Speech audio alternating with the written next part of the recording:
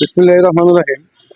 আজকে আপনাদের এমন একটা শিল্প দেখাবো যে শিল্পের নেই কোনো রক্ষণ, নেই কোনো ব্যাক্ষণ, নেই কোনো সরকারি সহযোগিতা। আমাদের এটা খুব গুরুত্বপূর্ণ একটা শিল্পী। এই শিল্পটা মুক্তভাবে পড়ে যাচ্ছে। আচ্ছা দাদা, কি করতেছেন? আমরা কাজ করতেছি। কি কাজ করেন? ওটা কর্মকারী কাজ, লোহার কাজ আপনাদের কিরকম চলতেছে? চলে কোনো মতো। আপনাদের কি সরকারি কোনো সহযোগিতা পান?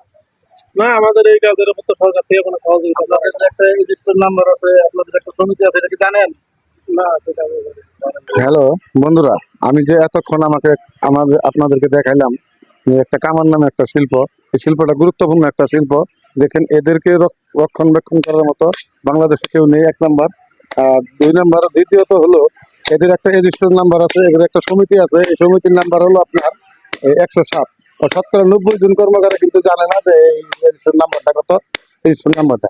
তা আমি আগামীতে যারা, এটা কিন্তু একটা গুরুত্বপূর্ণ শিল্প, আমি আগেই বলেছি গুরুত্বপূর্ণ শিল্প।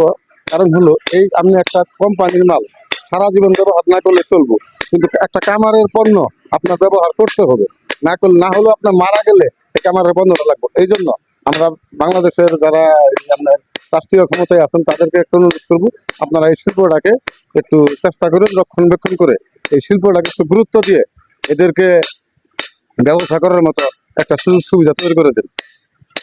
দেখেন, এরা বর্তমানে একটা অবহেলিত ব্যবসায়িক। এদের কোনো দেখার মতো কোনো লোক নেই। এরা সরকারিভাবে কোনো লোন পায় না, এনজিও ভাবে কোনো লোন পায় না। আমি আগামীতে যারা ক্ষমতায় আসবে এদের কাছে আমার একটা অনুরোধ থাকবে, অল্প সুদে, কম সুদে সরকারিভাবে একটা ঋণের ব্যবস্থা যাতে করে দেওয়া হয়। আসসালামু আলাইকুম।